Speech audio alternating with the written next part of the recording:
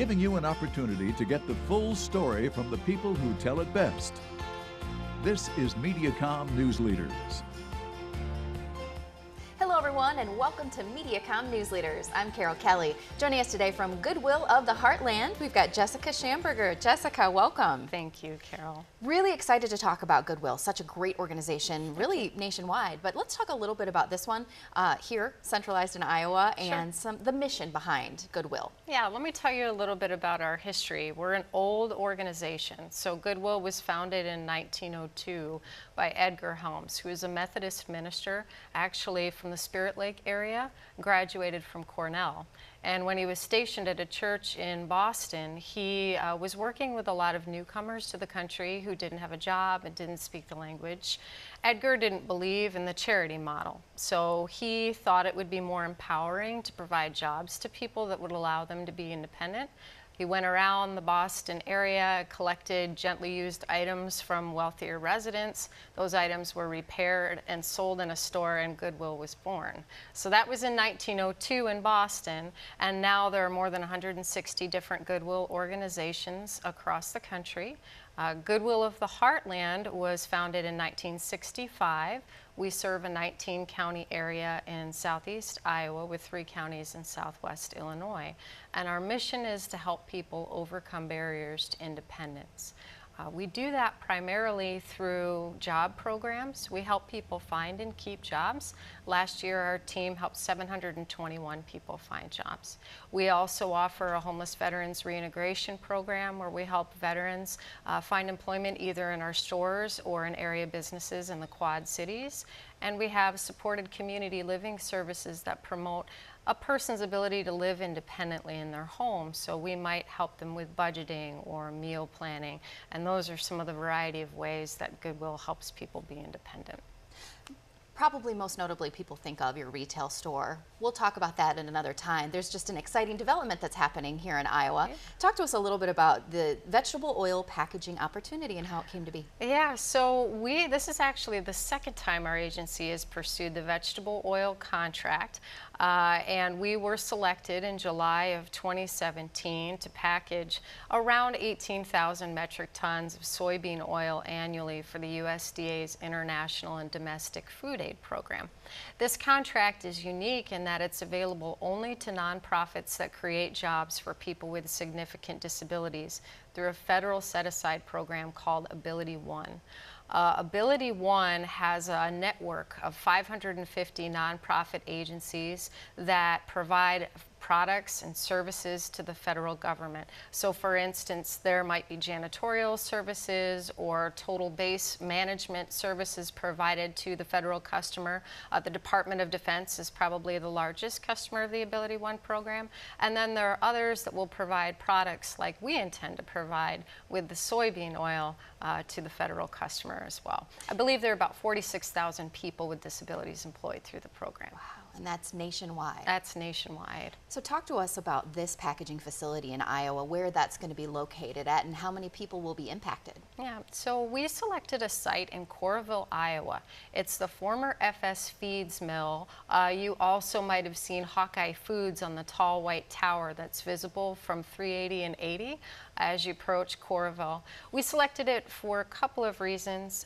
One is the proximity to rail. So it's rail served, and that will allow us to bring oil in on rail, and then it's also close to the interstate so that we can ship packaged oil to the port of Chicago or the port of Houston.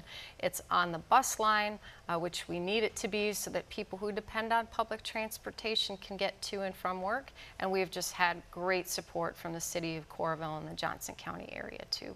Talk to us a little bit about some of the jobs and specifically what this part is going to be providing to the area. Sure. The contract is long-term, so there's no end date as long as we continue to provide good service at the right price to the federal customer. We intend to create at least 40 jobs, with approximately 20 of those filled by people with disabilities. the entry-level production worker positions, just to give you a flavor for the types of jobs we'll create. Those individuals might help to feed the cans that we'll package the oil into through the filling equipment. We'll have sanitation technicians that are trained to clean the equipment. We'll have an oil receiver that actually pumps bulk vegetable oil out of rail cars and into our filling equipment. And then we'll have some professional positions to manage maintenance, quality, and then a plant director. And there's also going to be an impact, obviously, in the economy here locally. Let's talk about that. Yeah, we've pursued this venture because we think it's great for the state of Iowa. We're a top soybean producing state. You drive through it and everywhere you look, there are fields of soybeans. So we intend to source the soybean oil we need to package from ADM, AGP, or Cargill. And those are three companies that have very deep roots in Iowa. Annually, we estimate that our packaging operation will consume about 3.6 million bushels of soybeans. So that definitely has an impact on Iowa farm families.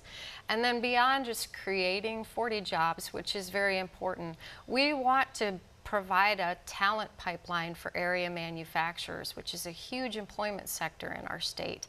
So we'll provide people with the skills training that they need to move on to other great paying jobs in manufacturing, which is a sector that needs people who are trained. There's a skill gap right now and they're fighting for team members, and we intend to provide a workforce solution.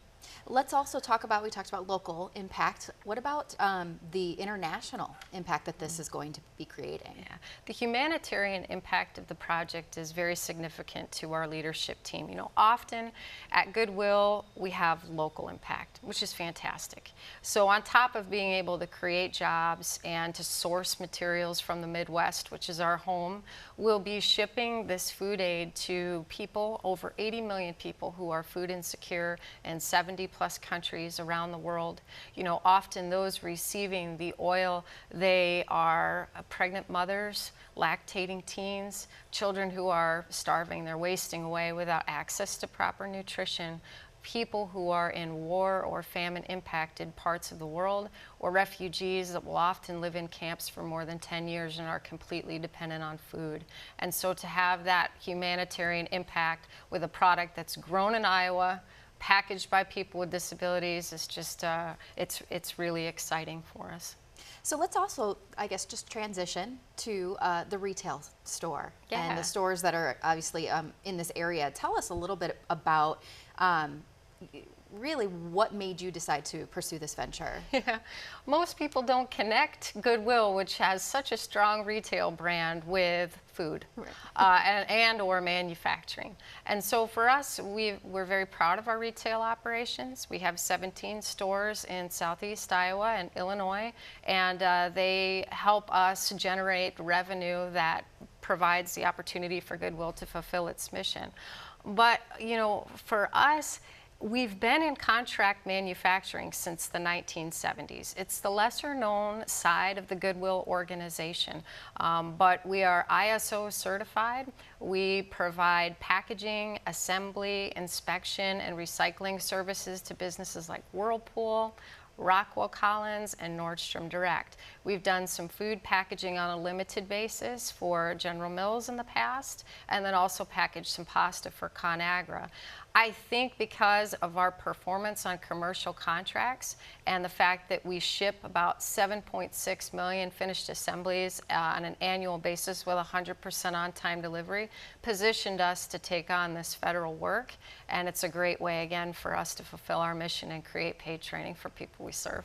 Let's talk a little bit about the timeline, when this facility is going to be up and running, and how long has this process taken to apply for this contract and receive it? Yeah, we initially pursued the contract in 2013. We weren't selected at that time. There was another nonprofit agency that was, and they didn't launch the business. So we saw the opportunity post in May of last year, and we quickly put together our proposal, refreshed it a bit, and then heard in July that we were selected.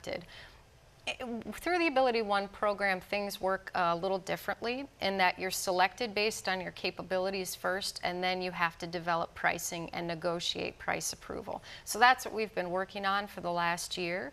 We recently received verbal pricing support from the USDA, and now we're waiting for a separate or an independent federal agency called the U.S. Ability One Commission to review our project development plan and approve it so that we can move forward.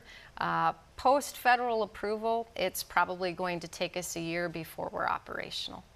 And this facility too, what kind of training goes into getting this up and running, and really what kind of support happens? It's something at this level. Yeah, right, because we don't have food scientists on staff yet.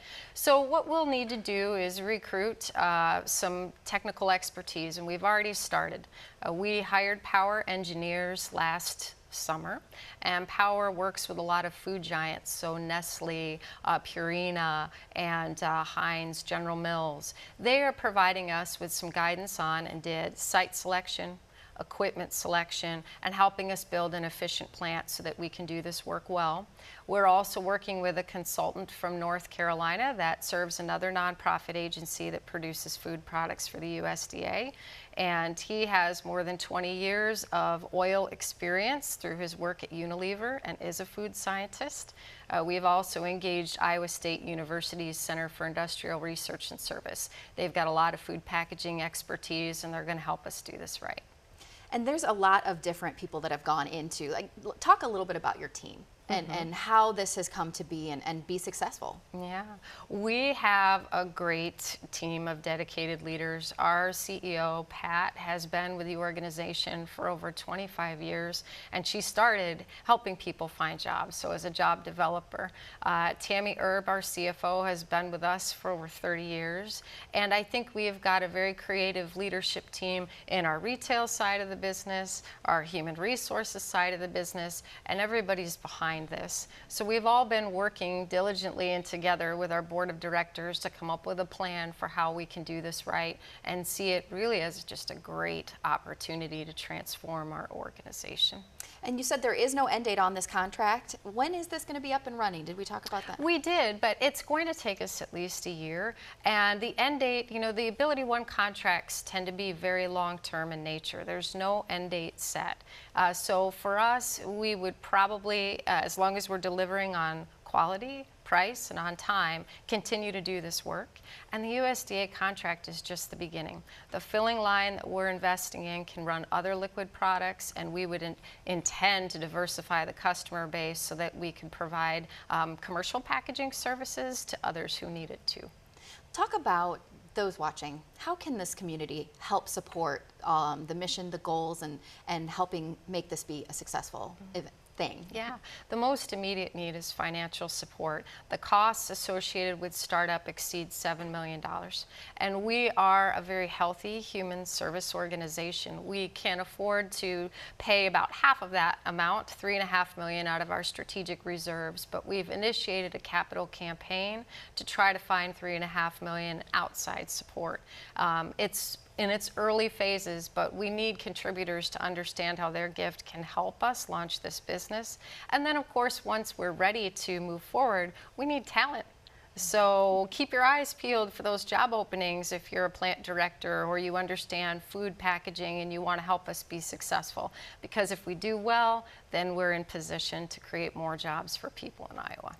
You've been with Goodwill for many years. Yeah. Can you talk to us a little bit about how the landscape has changed a little bit and how this contract is so important for the future of Goodwill? Yeah, I've been with the agency for 16 years in a variety of different roles, and I am very passionate about our work in contract services, but right now retail represents about 70% of our business. So this contract would allow us to diversify our revenue streams significantly at a time where retail operations are struggling, aren't they? And Goodwill is not immune from that. And we're strong and we're creative and we do a great job of taking care of our customers in the stores. And we operate in a very generous community where donations are always coming our way, and that's fantastic. But when it comes to protecting the organization or making sure that it's sustainable and can fulfill its mission in the future, this would allow us to do that and start another business line that could really help our social enterprise. We've talked about so much today. Where can someone learn a little bit more about all the projects that you're working on under the Goodwill umbrella? Yeah, come to our website, goodwillheartland.org, and check us out to learn more. Well, it's a pleasure. This is exciting news for Iowa and for our community. Thank you, Carol. It's nice to talk with you. Thank you so much. And thank you so much for watching. This has been Mediacom News Leaders, your opportunity to get the full story from the most reliable sources, exclusively on Mediacom News Leaders.